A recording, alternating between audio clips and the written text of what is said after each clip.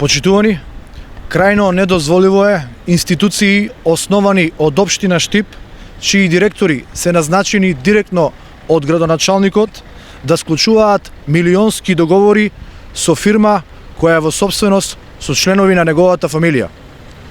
Денес поднесуваме пријава до Државната комисија за спречување на корупција, да го разгледа овој случај и доколку утврди одговорност да се произнесе.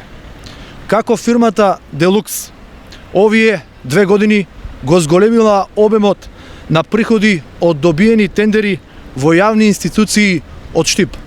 Во прилог ви ги доставуваме и договорите. Еве да ни кажете за кои фирми се склучени договори со фирмата Делукс која посочувате? Станува збор за јавни институции основани од општина Штип, кои што се под директна надлежност на општина Штип и градоначалникот.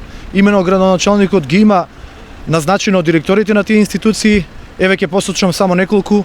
Тоа е градинката Астиво, градинката Вера Сервири Трена, јавното предпријатие ИСАР и многу други кои што јавноста и вие ќе имате можност да се уверите во документацијата и во договорите кои што ќе ги приложиме денес.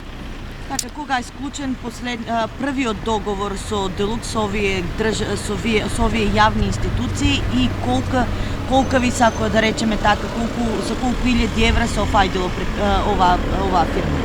Се вкупно овие суми се некаде околу 5 милиона денари во временска рамка од 2 години, поточно откако градоначалникот стапи на функција. Сите овие договори се склучени во негов мандат.